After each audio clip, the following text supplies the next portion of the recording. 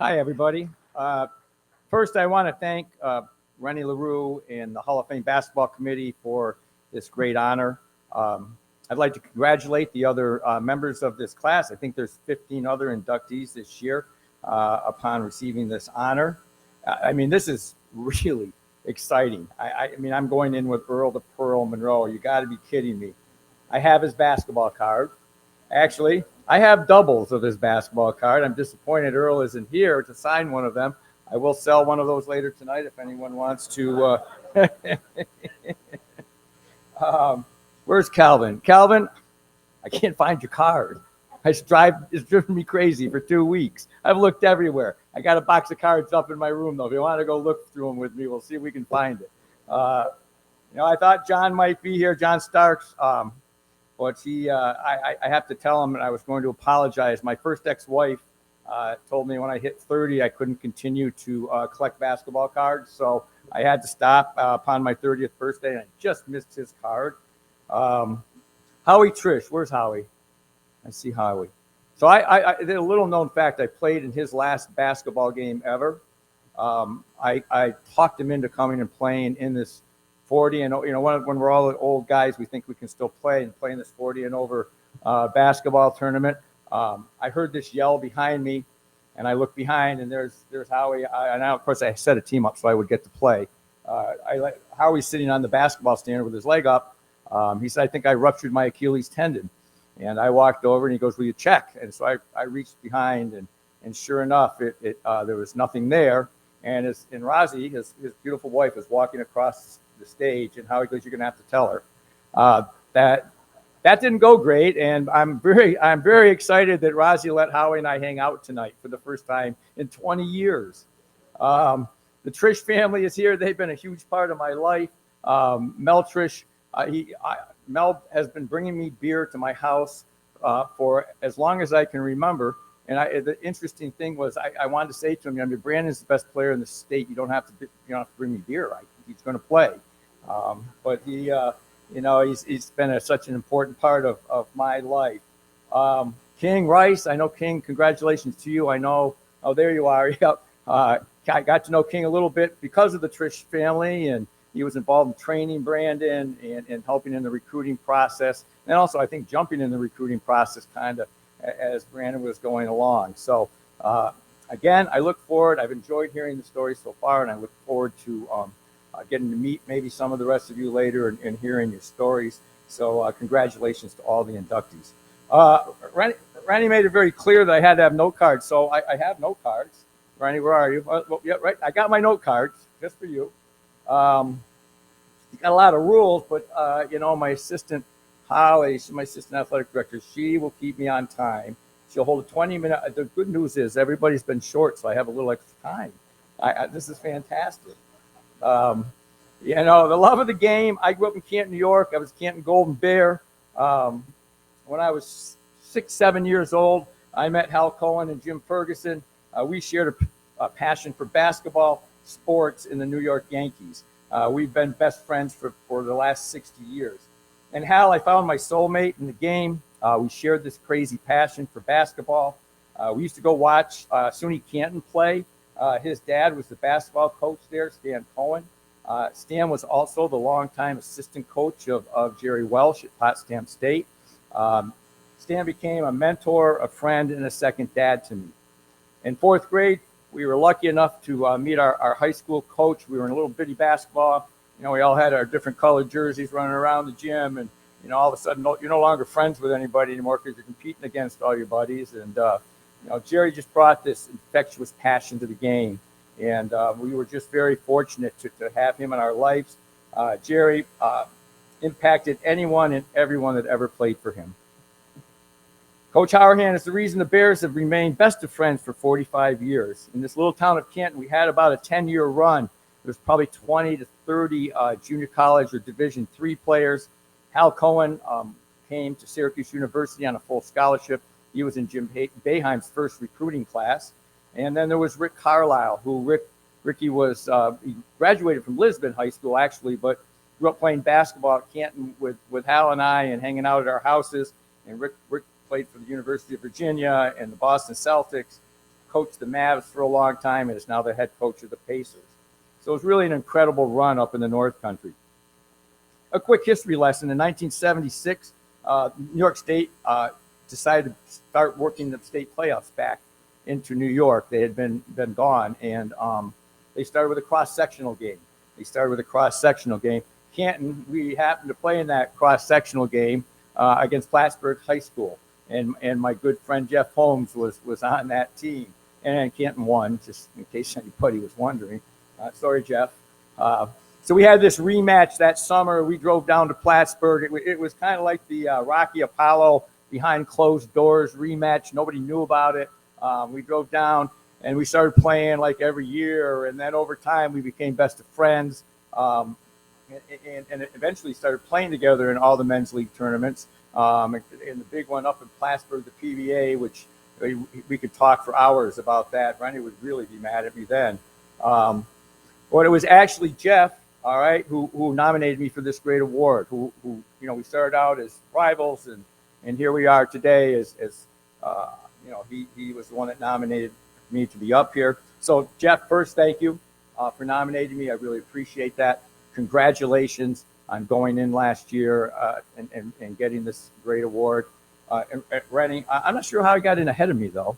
I mean, no, I'm just kidding.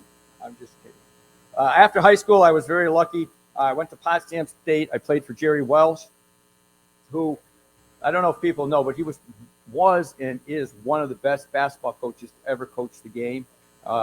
He unfortunately, because he was in Division III, he didn't get some of the notoriety of some of the other guys. But what a blessing that was for me. I learned how to teach the game. I learned how to break the game down from this man, and I will always be thankful and blessed for that opportunity. Rennie says you got to be careful thanking everybody. I don't know how I'm going to paraphrase my good friend Jeff, who said, "No coach standing up here has gotten to this point without so many people helping." When you're a coach, you understand you get this award because of the kids that you coached, and I've coached so many great kids. They should be the ones up here receiving this award. I'll tell you, this is what made me such a great coach. And I'm going to tell two quick Brandon Trish stories. Brandon, who was one of the best players, the winningest player to ever play at Syracuse, and one of the best players I ever coached. So we were in a timeout where about a little under a minute left. We're in the state championship. I take a timeout. I diagram this play. It's a great play. I mean, I would have gone straight to the Hall of Fame when that worked. And right out of Hoosiers, I look up at Brandon. He goes, "Just get me the ball, coach." So I look up my two longtime assistants, Stevie and Charlie, and they shrugged their shoulders. Now, that's a lot of help. So I looked back and I said, just get the ball to Brandon and get the hell out of his way. Needless to say, we won the championship that night. And the very next year, we have a nice lead, and we're going into the fourth quarter. Brandon gets his fourth foul. And so in the middle of all that, I'm having a nice little friendly discussion with my good friends, the officials, about why he's got so many fouls and nobody on their team had any fouls. I don't know, we're getting about the 3-minute mark, and I look down, and he's at the scorer's table. Once again, I look at Charlie and Steve. I said, "Why did you sub Brandon in?" And they go, "No, you want us to get him?" And I look down at Brandon. He's got this big shit-eating grin on his face. And I looked at him, I pointed at him and said, "Don't you dare foul out." My two best coaching moves in my entire career. I was blessed and still have to be able to coach such great players and such great kids. And that's all I can say about all the kids that I've coached. To my coaching staff, I have many longtime coaches here with me. We've been together 10 plus years, up to Charlie, who's been there forever. You're far more than my coaching staff. You're my brothers. Charlie Falgitano, if you were to come up here, he's my longest standing assistant coach. He would tell you three things. He'd say, "Bob hates to lose. He's a real pain in the butt. And I've been with him longer than he has been with either of his ex-wives." And in fact, Charlie, we're closing in on both of them combined. I think it's almost 25 years. Our families grew up together. They grew up in basketball. This is what basketball has done for so many of us. It's been such a special thing. We now are not really friends, we're family, we vacation together, we've done stuff together for so long, and it's been so special. Basketball was certainly bigger than we ever could have imagined. Rennie mentioned about the cancer, so I haven't really spoke publicly about this since last year. I got male breast cancer. It's a real, if you get a real hard bump on your chest, don't ignore it. Go see somebody. It's a bump that you'll never forget. And so I hope that you listen to this advice. It's the greatest thing I could tell you tonight. It's real. I was lucky when I bumped it. It was a little sore later. I have my good friend Brittany Almonte, who I've known a long time. She was in both my daughter's weddings. I walked in her office and I closed the door and I said, I'm not trying to flirt and I'm not trying to be an old creep here, but if you could just check my breast, something feels amiss to me. And she did, and she literally immediately pulled her phone up. You know how the kids get on their phone real fast and they look everything up. And she stood in front of that door, wouldn't let me out of her office till I called the doctors. She knew that if I left that room, I would not. I'm a typical man. I would have walked out and not ever called the doctors.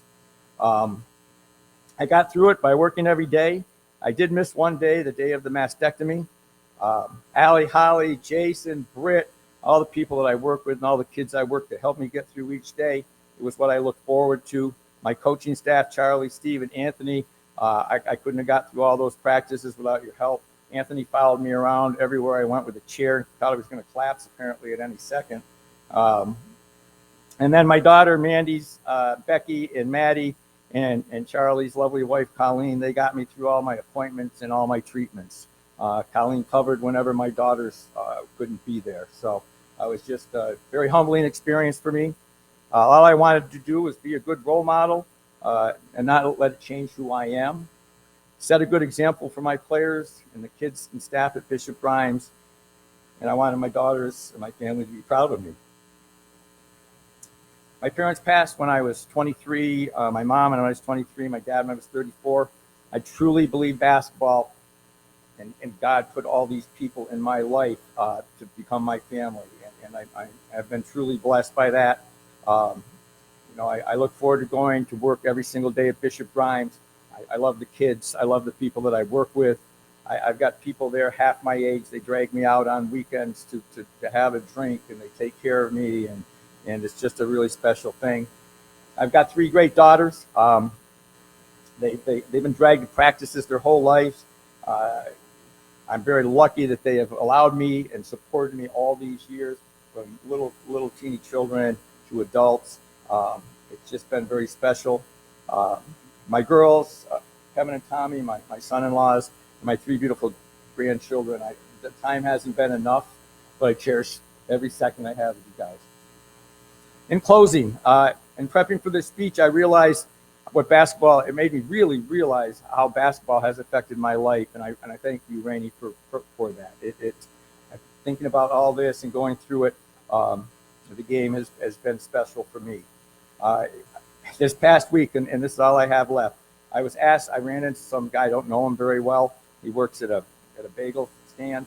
He asked me how long I've been coaching. I said 45-ish years, and why are you still doing it? And I just looked at him, and it didn't take long. I said, I still have a passion for the game, but most importantly, I still love the kids.